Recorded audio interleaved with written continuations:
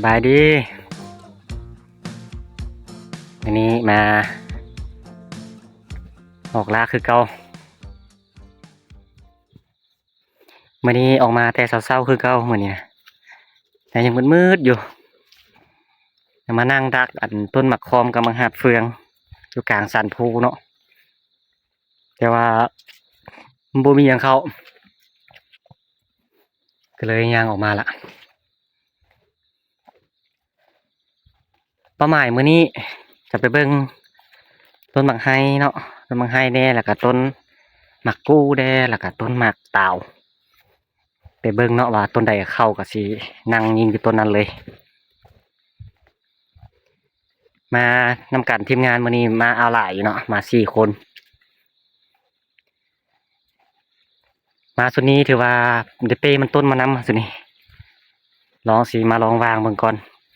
เป้ขึ้นมาก็สมควรเนาะย่างไก่อยู่หาบอลค่าๆก็เขาสิวางเนาะอาทิตย์หน้าจึงมายิงเนาะคอยว่ามีหอยขีดหลายเดี๋ยวว่ามาเติมมาอย่างเนี้ยให้ทีมงานย่างออกไปก่อนละโมสิย่างทานบ่ถ้าบางไฮสุกนี่คักๆนึ่งๆบางไฮสุกนะพอจะได้ดักแต่ว่าช่วงนี้มันเริ่มลมละเพราะว่ายิงเบือกทึกไปได้คันลมกะมือเขาจะบนิ่งเนาะโอเคเดี๋ยวย่างนำไปหาทีมงานก่อนน่าจะไปไกลเติบกับทีมงานกะเพราะว่าจะได้แบ่งมันต้นน้ำกระเจ้าหน่อยนึงมันต้นอยู่ในเฮาถือว่ายังน้อยอยู่ตอนนี้ติดตามน้องกันเนาะว่าจะมาแล้วบ่มาเมื่อนี้ย่างหอดต้นบางไฮตัวนี้เนาะเห็นนกอ้อยนกยังเข้าอยู่เมื่อต้นบางไฮต้นมะคอมเนาะนั่งดักจังหน่อยพอได้นกปีงเนาะนกฮ้องหลายได้นั่นเนาะได้4 ตัวเลยพอดีเป็น5 ตัวเนาะตอนนกสาดแถวยิงอยู่ต้นก่อนเดี๋ยวว่าพอปิ้งละเดี๋ยวสินั่งอีกประมาณ10 นาทีเนาะแต่ก็สิลงไปอ้อยมันต้นโอ้เมื่อยขนาดบุกป่าห้างขึ้นมาหาก่อไฮเนาะเพราะว่าอาทิตย์แล้วนี่มันบ่ทันสุกแต่ว่าอาทิตย์แล้วนี่เพิ่นสุกแล้วนี่นะพอเบิ่งกล้องอาทิตย์นี้เลยแม่นถือว่าแห้งละโอ้เสียดายขนาดต้นนี้นะเป็นมาให้เรื่องงามคักได้คักว่าต้นนี้ภาษาห์บุกป่ามาชั่วโมงหนึงเนาะว่าสิมาจัดการก่อไฮก่อนนี่มืดเฉยอ๋อตายโอเคเนาะเดี๋ยวซอกเลาะต่อก่อนสิเลาะไปทางใดบ้านี้เบิ่งป่านี่คักบ่คักนี่เขาฮอกคือสิหลายเขาอ๋อมืดปะซะเนาะสิได้เนาะที่ย่างลงมาจากต้นไฮเนาะเห็นบักเต่าเขาฮอกอยู่เทิงนี่แล้วมันแล่นขึ้นไปนี่เนาะแล้วยิงตกลงละแล้วไปเก็บมาเมื่อกี้นี่เราไปเห็นเขาฮอกอีกตัวหนึงกำลังแล่นลงมาโอ้สิได้บ่ยิงตัวที่2เนาะแต่ว่าห้อยกินนี่บ่หลายปานใดแต่ว่าคือว่าเห็นฮอก2 ตัวเลยเนาะมาแล้วเนาะเอาเนาะนี่ตัวหนึงแล้วเนาะเอาเนาะโอเคเนาะสิเลาะซอกยิงต่อก่อนถ้าว่าบ่มีต้นมากแท้ก็มันนั่งตัวนี้ก็พอน่าจะได้ยิงอยู่บ้านหนึงหรือว่า2 บ้านเพราะว่ามันเป็นเสลิมคักอยู่เนาะโอเคเนาะฮอกตัวนั้นเราเห็นแล้วมันสิกินเข้ากินบักเต่าเนาะคุ้นขนาดฮอกอยู่นี่นะเฮานั่งท่ายนี่มันก็เข้าเนาะมันเห็นเฮากันเห็นเนาะตัวน้อยอยู่ตัวที่2โอเคเนาะสิเลาะซองยิงไปซอกหาต้นมากเติมอีกเป็นจังได๋ติดตามไปนำกัน ยังบ่ทันจะติดสโคปเด้อยังเลาะยิงอยู่ถ้าเบิ่งเอาค่ำๆก่อนเนาะถ้านั่งจุดเป็นจุดจำเขาจึงติดสโคปเลาะแท้เลาะว่าเนาะบ่ได้ยิงหยังเลย เห็นต้นไม้ต้นหนึงก็บ่ทันนะบ่ทันสุกเป็นบางไห้ใหญ่คักอยู่ แต่ว่าสิบ่จื้อจุดฮะมื้อนี้มาเจอกอมักตาวเนาะห้อยกินน้อยหนึงแต่ว่าปลาคักอยู่เดี๋ยวนี้มากไปเดือนน้อยหนึงเนาะโอ้เทื่อมีหอกมากินเด้นี่ห้อยน้อยสิก็บางเทื่อก็มีก็หอกเนาะว่าปลาคัก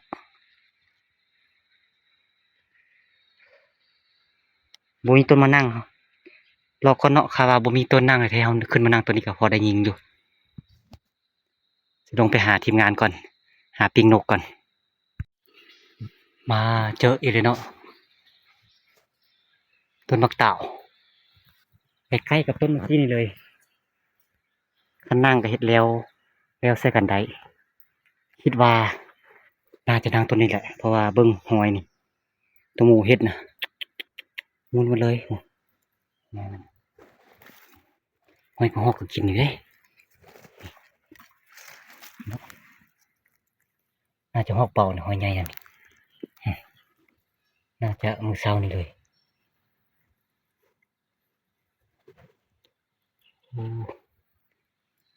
น่าจะหอยหมูนี่ลึกนะแต่ว่ามุนตัวนี้เพิ่นบ่มีหอยหยินเนาะเดี๋ยวสิยึดจัดสถานที่ไว้เนาะสิมานั่งตัวนี้ละเพราะว่าลมเด้เริ่มลมแล้วคันลมแนวนี้นี่โอ้เชื่อเลยว่าบ่ฮอกบ่ขึ้นต้นสูงเนาะเลาะตามป่าตาวนี่แหละโอเคโอ้มาเจอบักกูตะไคร้อีกแล้วโอ้ยกินให้กินป่ะตัวฟาน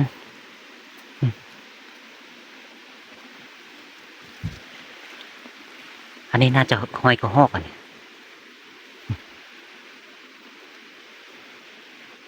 แนวนี้ตัวฟานบ่ตรงเย็นเหมาะกินแบบนี้เนาะบ่มั่นใจไผฮู้คอมเมนต์บอกให้เด้อเนาะต้นมันเนาะโอ้ถือว่าหลายต้นมะกรูดทางนี้เสา2-3ต้นถือว่าโอ้ยหลายหมดทุกต้นเนาะจะได้เนาะเฮานี่เนาะนางกอกกู้นี่บ่หรือว่าบักตาวเนาะบักตาวเฮ็ดห้างคักละเดี๋ยวฝนนี้หาทีมงานก่อนเนาะเพื่อให้ทีมงานมานั่งตัวนี้มาพักผ่อนก่อนบาดนี้พักผ่อนปีนกนกน้อย5ตัวปกติบ่เคยปีนมีแต่เลาะอย่างเดียวกินแต่ข้าว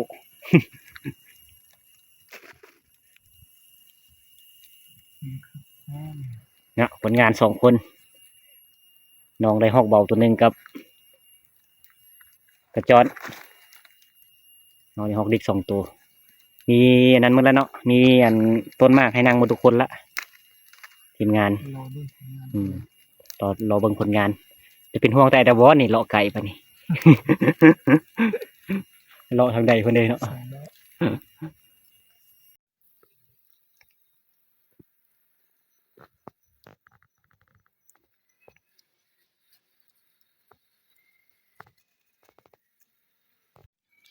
มาบัดเนี่ยกินข้าวนำกันดีคักเนาะข้าวน้อยยิงแล้วจะกลับไปหากอมักกู้กอมักกู้กอมักตาว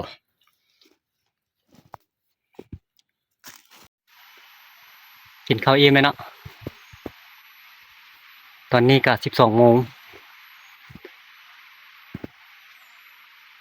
ว่าสิกลับไปนั่งอันกอมักตาวเอากอมักกู้พัดลมพ่นเนาะคือสิฮอกก็คือสิบ่เข้าปานใดแต่สินั่งดิ้นจักหน่อยประมาณ1 โมงค่อยสิเข้าไปหากอมักกันตาวเนาะ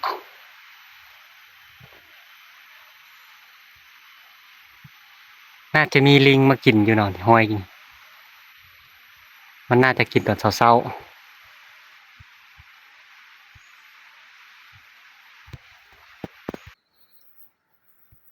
กลับมาหามักตาวแล้วเนาะนั่งอยู่ต้นกู้มีฮอกเบามาตัวหนึงเนาะยิงบ่ถึกซ้ำใจฮ้อนโพดเฮามานั่งเว้นอยู่เนาะมื้อนี้เนาะประมาณ2 โมงยังยานว่ามันเข้ามาเว้นเนาะฮอกคาดเลาะแด่แค่เนาะติดตามเหมือนกันว่ามันจะเข้าจักตัว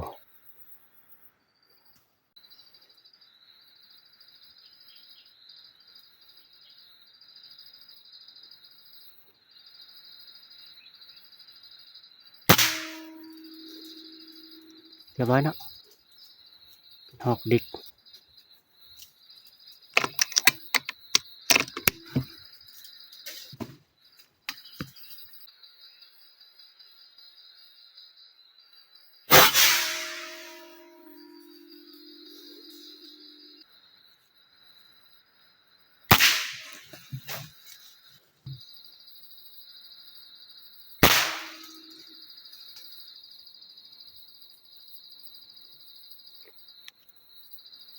เรียบร้อยเนาะฮอกดิก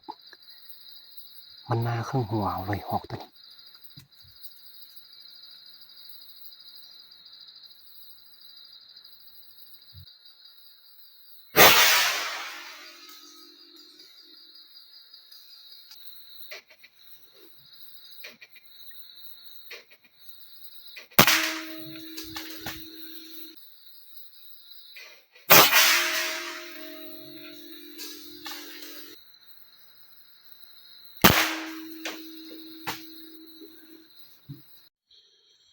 โอเคครับแม่เนาะฮอกมาต้นละ3-4ตัวแต่ว่าเฮาบ่ได้ยิงนะคือตัวนี้มา4ตัวเฮายิงได้3ตัวนี้เนาะอีกตัวสุดท้ายแล้วแม่นมันมามืดเฮาบ่ทันยิงซับเปิดไฟฉายแล้วมันแล่นหนีเลยแล้วอีกตัวหนึงอยู่ห้วยหั่นแหละแม่นบ่เห็นบ่เห็นแสงมันเพราะว่าเฮานั่งต้นนี้เป็นหลักแล้วเที่ยวอันโดดๆเที่ยวไปเบิ่งบ้านหนึงเนาะแล้วมันบ่เห็นมากมันหั่นแล้วก็ฮอกมันกินอยู่ในมากมันแล้วเฮาบ่เห็น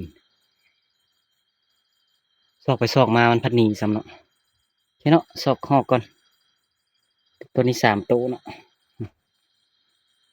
ตัวที่1เนาะตัวที่2ตัวสุดท้ายตัวนี้เนาะน้อยแท้น้อยว่านี่อ้อฮอกหลายอยู่แต่ว่าหลายแนวกินโพดเนาะ2สุดท้ายเนาะ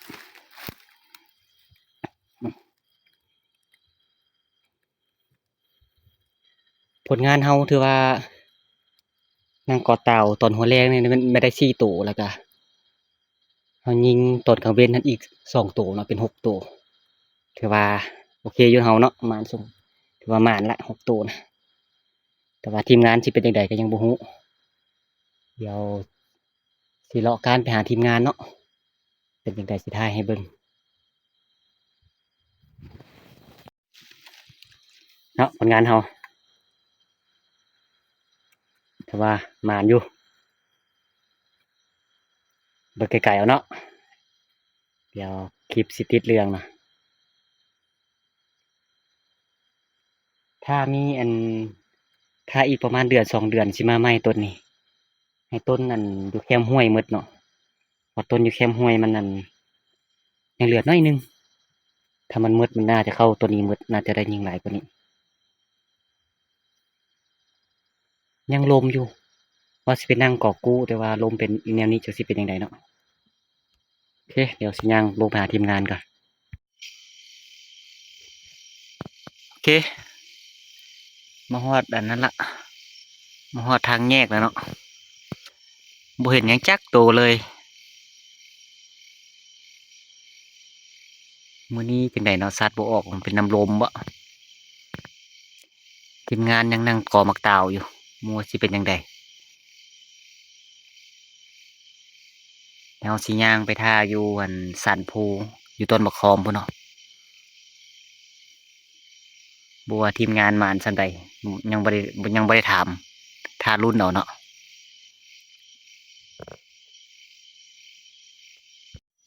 น้องชายบ่ฮอดแล้วเป็นยังไงมื้อนี้น่ะลุกขึ้นบ่มื้อนี้น่ะ ออกมันมันนี่ ปกติหวานคุณหมู่นะเพิ่นนี่น่ะลุกขึ้นเนาะส่วนนี้เนาะไอ้ตัวอ๋อ หัวมันก็ได้ ตัว มีตัวน้อย สี่ตัวเด้เดี๋ยวนี้เด้ไอ้ก็ได้ตัวหนึ่งสำเร็จได้น้อยหนึ่งยิงอยู่กระตาวได้สามตัวเนาะรอยิงตัวหนึ่งเนาะว่ายกระตาวก็ได้ยิงได้แต่สองตัวรอยิงสองตัวแต่ว่าสองตัวก็ยิงมือเศร้านี่กับกระตาวได้ ๆมีเช้าก็นี่บ่มาวะ ทีมงานมาอีกคนหนึ่งละบางดูผลงานเนี่ยรู้สึกว่าผู้นี้จะมานกูมูนะผู้นี้นะ มันเปโอ้มันหนักมันเปเห็นมาแล้วบ่ เป๊ะเปล่าขาว พอข่าวนี่แหละจัดเรียนกับค่าถ่ายรูป เอา โอ้ ป้าผมสิ ป้ามักซิบเพิ่นนี่นะว่า เก้าบาท เข้าบ้านพุ่นนะ เก้าบาทได้7 ตัว โอ้ สามสองเทื่อ อืม ก็หันละมา7 ตัวบ่เหลือจักตัว ทีมงานมาครบกันแล้วผู้สุดท้ายเป็นได้เปจนนักนี่โอ้ยเปปืนล้าเนาะ ดองพวก มาผลงานเป็นยังได้ผลงาน โอ้ว่าแล้วสั่งหาเลี้ยงลมอีกแล้ว เย็น เอาอีกแล้วอีกลมมีไข่ดอกจัดการอีกลมเฮา เดินกระเป๋า คนเดียว บูเมนลืมอยู่ก่อตาวคุณบอกลืมอยู่ก่อตาวคุณละเลี้ยวแล้วนะ โอ้ยเห็น โอ้ เข้าไปแล้วตัวมันบ่ฮู้กินหลายต้นกินเพราะ เป็ดโต วันนั้นซื้อเล่นเลาะอยู่ โอเคเนาะสรุปผลงาน งับแน่น ท้ายใกล้ๆเอา ๆไปบ่ได้ โอ้นับเบิ่งดูหั่นจักตัว เอาผมออกมาได้บ่ไทยไปเพิ่นจังบ่นี่ ฮอดซาปลายตัวเนาะ เจ็ดนี่ฮะต่อสาม 23โอเคมันครบทีมแล้วก็สิกลับก้อนบัดนี้นะ จอน โอ้บัดหน้าเลย เข้าใจหลายที่เข้ามารับชมอาทิตย์หน้าสิมาเบิ่งกันมันต้นเนาะเพราะว่ามันต้นเฮามาอ้อยเมียน4กล่อง4คนแต่ว่ากล่องเฮานี่บ่มั่นใจเพราะว่าใบบอลบ่คักปานใด อืม